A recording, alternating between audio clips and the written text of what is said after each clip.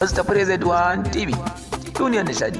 Cizo yau na ji Najeriya ta ɗau zuga, me yake faruwa ne? Ana bikin murnan samun 'yancin kai.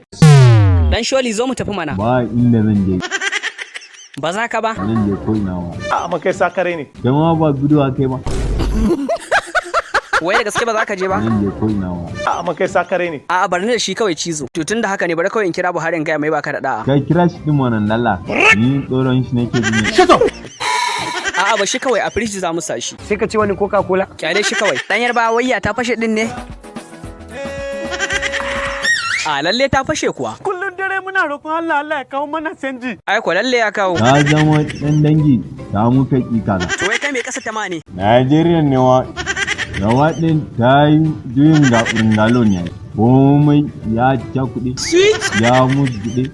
Ya birkice. Ƙaniyar uba ka nufi.